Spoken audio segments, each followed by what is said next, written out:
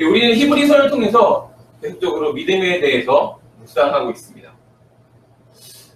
우리 삶을 좀 돌아보면 우리는 매일 무엇인가를 믿으면서 너무나 당연하게 무엇을 믿으면서 계획하며 살아가는 삶입니다.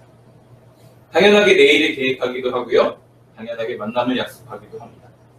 우리 입으로 내일은 우리 시간이 아니라고 고백하지만 마치 우리 거인 것처럼 너무 당연하게 그렇게 믿음으로 살아갑니다. 그런 믿음을 가지게 되는 어떤 계기가 있다고 합니다. 개혁신학사전이라는 책을 통해서 믿음을 찾아왔더니 그 세 가지 요소에 대해서 설명하고 있더라고요. 먼저는 상대에 대한 지식이 필요합니다. 그리고 그 지식이 옳다, 바르다라는 동의가 필요합니다. 그리고 마지막으로는 그것을 믿는다라는 과정이 필요하다고 합니다. 이 세 가지 과정이 뭉쳤을 때 우리는 신앙이라고 부른다고 정의하고 있었습니다. 이번 주 히브리서 11장 1절에서 2절의 말씀을 통해서 우리는 히브리서가 말하고 있는 11장에서 이야기하고 있는 믿음이 무엇인지 그 정의를 생각해 봤습니다. 그리고 3절부터 시작된 창조 사건, 그리고 믿음의 사람들, 그리고 믿음의 역사에 대해서 계속 우리가 같이 묵상하고 있습니다. 그리고 오늘 제가 공독한 말씀은 어제 강남수 선생님께서 나누셨던 동행함으로 기쁨되기라는 제목으로 설명했던 그 에녹의 삶, 그 묵상했던 그 삶에 대해서 설명하고 있는 그런 구절입니다. 에녹 우리가 잘 알고 있죠. 하나님과 동행했던 사람이고 하나님을 기쁘시게 했던 사람이고 하나님을 믿었던 사람입니다. 그 결과 죽음을 보지 않고 하나님의 품으로 간 사람이라고 우리에게 기억되고 있습니다. 우리는 신앙인으로서 에녹처럼 그런 믿음이 있는 사람이었으면 좋겠다라는 생각을 우리 참 많이 하는 것 같아요. 그리고 왜냐하면 겨자씨만한 믿음이 우리 가운데 주어졌을 때 어떤 일이 일어날 수 있는지 성경이 우리에게 증언하고 있기 때문입니다. 그리고 어제 하루 말씀을 기억하면서 하나님을 기억하면서 기도하는 하루를 보내셨을 겁니다. 그 과정을 통해서 믿음의 삶 그리고 신앙의 삶이 정말 내가 걸어가야 할 바른 삶이라는 것을 우리는 동의하고 확신하게 되었습니다. 또 오늘 우리에게 선물처럼 하루가 주어졌습니다. 오늘 여러분은 어떻게 살길 원하십니까? 신앙인으로 살아가기 위해서 이제는 우리가 믿음이 정말 필요한 때인 것 같습니다. 우리는 다 믿음의 사람으로 살고 싶어서 지금 이 자리에 있습니다. 그리고 때로는 각자의 자리에서 SNS를 통해서 예외의 자리로 나오고 있습니다. 그것은 저도 마찬가지입니다. 그런데 우리가 가지고 있는 한 가지 난관이 있어요. 우리가 아는 것, 우리가 동의하고 옳다고 믿는 그것이 우리의 행동으로 나타나는 게 참 쉽지 않다라는 거죠. 그런데 오늘 그것이 좀 심각한 문제인 것을 우리는 확인할 수 있어요. 왜냐하면 오늘 말씀을 통해서 우리는 믿음의 삶이 구원과 밀접한 관련이 있음을 다시금 생각하기 때문입니다. 예수님에 대한 믿음, 이 예수 그리스도에 대한 믿음은 마치 에녹이 죽음을 보지 않고 하나님 품에 올라간 것처럼 우리를 영생의 길로 인도합니다. 그리고 히브리서는 우리에게 교훈합니다. 지속적으로 우리에게 말하고 있습니다. 이 믿음이라는 것은 그냥 관념적인 것이 아니다. 실제적인 것이다. 이야기하고 있는 것이죠. 그리고 영적이라고 이야기하는 눈에 보이지 않는 어떤 초월적인 세계에만 있는 것이 아니고 실제 우리 삶의 자리에서 나타나야 되는 것이다 라고 말하고 있습니다.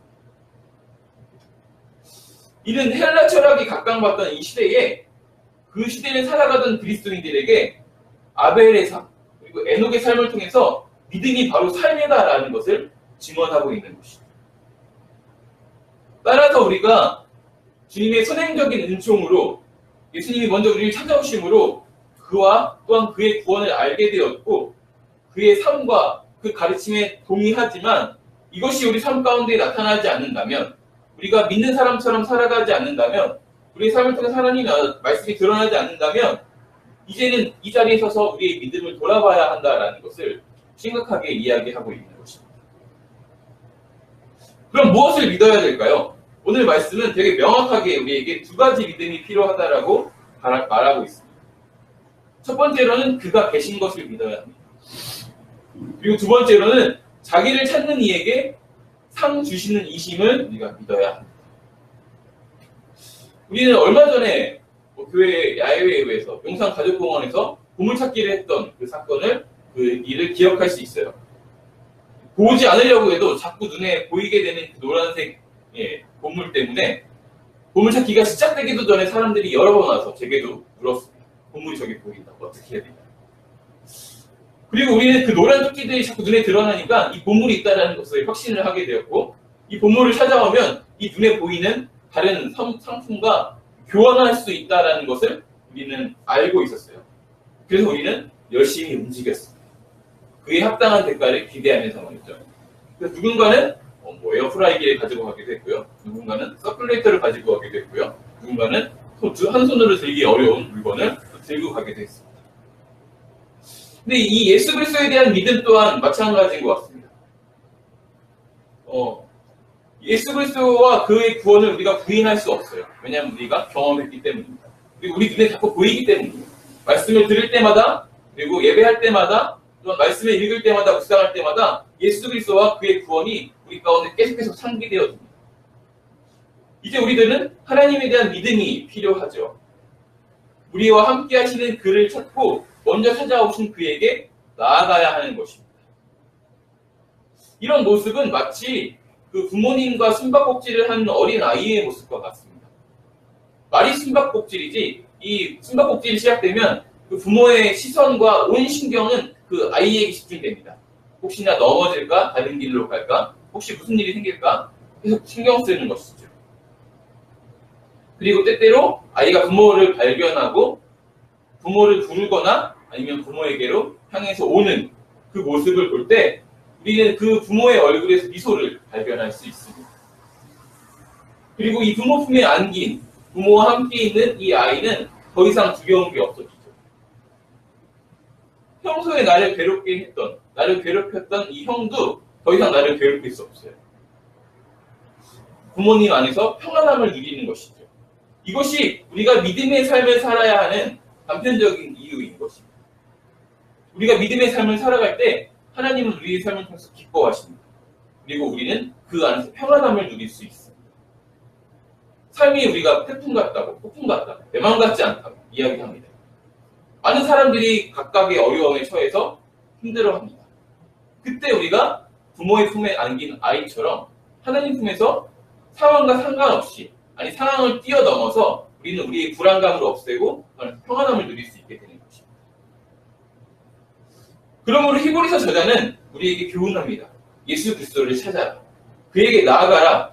그는 당신을 찾는 자들에게 구원을, 그리고 영생을 누리는 삶을 전하는 분입니다.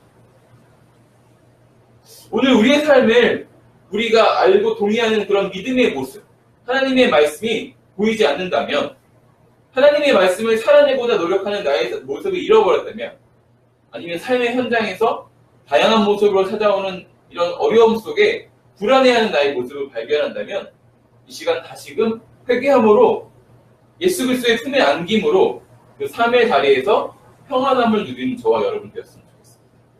그리고 평안함을 넘어서 하나님의 그 실제적인 구원들을 경험하는 저와 여러분 되었으면 좋겠습니다. 함께 이런 마음을 모아서 기도하도록 하겠습니다.